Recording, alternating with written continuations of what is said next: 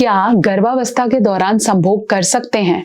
बहुत सारे ऐसे कपल्स हैं जो ये क्वेश्चन पूछते हैं, मैम प्रेगनेंसी में कब तक सेक्स कर सकते हैं, कितना सेक्स कर सकते हैं, कितने समय तक कर सकते हैं, क्या प्रेगनेंसी में सेक्स करना बुरा होता है, कौन से ट्राइमेस्टर तक करना है, क्या इसकी वजह से बच्चे को तो नुकसान नहीं हो जाएगा, क्या इसकी वजह से मिसकैरेज या अबॉर्शन तो नहीं हो जाएगा।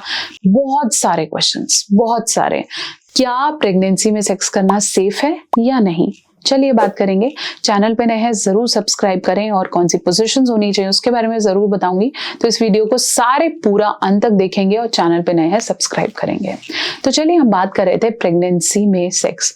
प्रेगनेंसी एक ऐसा फेज है जिसमें फीमेल की बॉडी काफी सारे चेंजेस से गुजरती है, और कहने की बात है कि पुरुषों को जरा सा भी जोर नहीं आता, बट मेंटली पुरुष भी एक अलग स्टेज ऑफ लाइफ में जाते हैं जिसे हम बोलते हैं फादरहुड का लाइफ। फीमेल की बॉडी में चेंजेस हो रहे होते हैं, लेकिन मेल मेंटली बहुत ज्यादा रिस्पॉन्सिबल हो रहा होता है।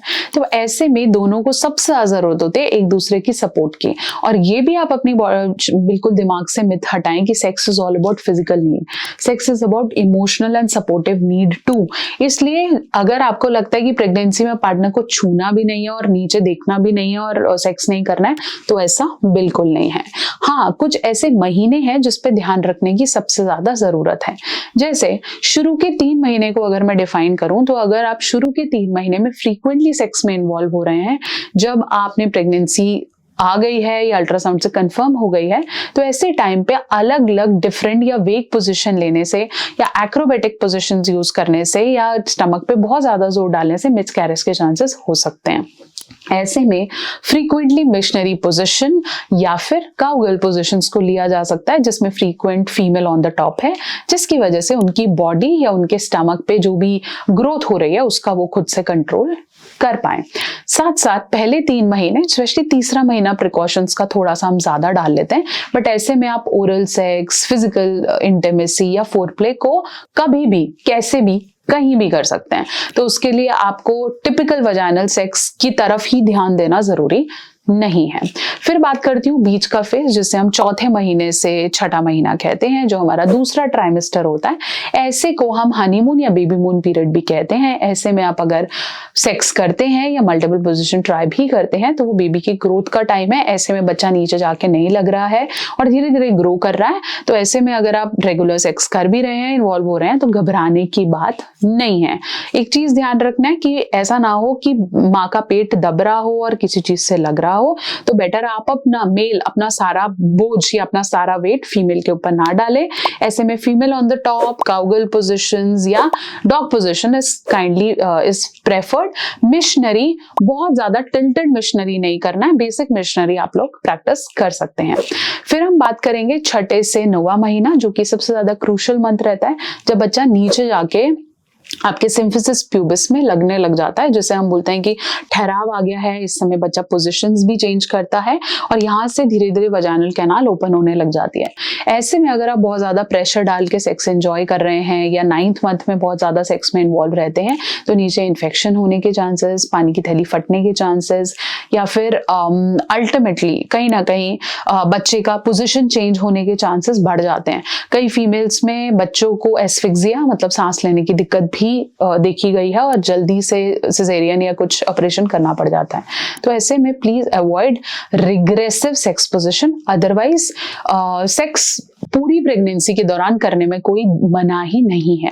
कई कंडीशंस में जहां प्रेगनेंसी बहुत हाई रिस्क रहती है, जहां पे मदर को कोई शुगर, बीपी, थायराइड, ऐसी कोई कंडीशंस या हार्ट कंडीशंस है, या बच्चा का वजन कम है या कमजोर है, ऐसे में डॉक्टर, आपकी गायनेकोलॉजिस्ट आपको पहले से ही बोल देगी कि इन दिनों आप प्लीज सेक्स को अवॉइड करें, तो ये पोजिशन अवॉइड करें, क्योंकि कई फीमेल में नीचे से खून आना या स्पॉटिंग आनी शुरू हो जाती है। तो उस समय डॉक्टर आपको खुद से बोलता है। बट प्रेगनेंसी के बाद एक मेजर इशू आता है जिससे स्त्री और पुरुष दोनों की सेक्सुअल लाइफ खराब हो जाती है, वो है ब्रेस्ट सैगिंग। जब हम बहुत ज्यादा ब्रेस्ट फीडिंग करते हैं या प्रेगनेंसी के दौरान में भी ब्रेस्ट सैगिंग बढ़ जाती है, जिससे अच्छा फील नहीं आता और आपकी सेक्सुअल लाइफ कॉम्प्रोमाइज्ड होती है। ऐसे में एक बेस्ट प्रोडक्ट है नाम्या बस्ट प्लम्पिंग क्रीम। एक ऐसा क्रीम जिसके अंदर स्क्वालिन है, जो धीरे धीरे रेगुलर मसाज से आपके ब्रेस्ट की जो सैगिंग है, जो वो नीचे आ गई है, वो वापस अपनी शेप में आएगी। स्पेशली उनकी जिनके साइज कम है, प्लम्पी हो जाएगा and your skin will have that feel again, जिससे डेफिनेटली जो वो कुछ दिन है जब आप थोड़ा सा सेक्स करने से थोड़ा वो हो रहा है या आपको लग रहा है मेरी पार्टनर बहुत ज्यादा अपीलिंग नहीं लग रही है, सो नाम्या बस प्लम्पिंग क्रीम आपका एक बेस्ट सॉल्यूशन है। लिंक मैं दे देती हूँ आपको डिस्क्रिप्शन बॉक्स में। इसके अलावा आप अपनी प्रेगनेंसी में सेक्स को एंजॉय कर सकते हैं बेस्ड ऑन पार्टनर का कंफर्ट, क्योंकि उसको बॉडी चेंजेस हो रहे हैं, stress level, hormone disturbances, plus communication और कंसेंट बहुत इंपॉर्टेंट है। अगर आप कंसेंट के बिना करेंगे तो अल्टीमेटली ये प्रेगनेंसी स्ट्रेसफुल हो सकती है और फिर धीरे धीरे और भी कॉम्प्लिकेशंस बढ़ सकते हैं। इसलिए moral of the story is, pregnancy में सेक्स को कभी भी कैसे भी एंजॉय कर सकते हैं। पहले के 3 महीने और एंड के 3 महीने थोड़ा सा प्रिकॉशंस लेने की जरूरत है और एक दूसरे की सहमति, रजामंदी और खुशी के साथ इसे करना जरूरी है। बिना करे 9 महीने और फिर बच्चा होने के बाद के 6 महीने निकालना बहुत मुश्किल है और यही वो टाइम है जब एक्स्ट्रा मैरिटल अफेयर्स और रिलेशनशिप्स खराब होने शुरू हो जाते हैं। आशा करती हूँ मेरी वीडियो आपके बहुत से डाउट्स को क्लियर कर पाई है। चैनल पर नए हैं सब्सक्राइब करें और ऐसे कोई भी क्वेश्चंस हैं जो आप अपनी सेक्स लाइफ से रिलेटेड पूछना चाहते हैं, कहाँ पे प्रिकॉशंस लेने की जरूरत है, एनीथिंग आप उसे कमेंट सेक्शन में लिख सकते हैं ताकि अगली वीडियोस पर आती रहे। साथ साथ आप चाहें तो मुझे इंस्टाग्राम या फेसबुक पे भी कनेक्ट कर सकते हैं डॉक्टर नेहा ऑफिशियल और अपने क्वेश्चंस पूछ सकते हैं। बने रहेंगे, जुड़े रहेंगे, ऐसी वीडियोस के लिए कनेक्टेड रहें।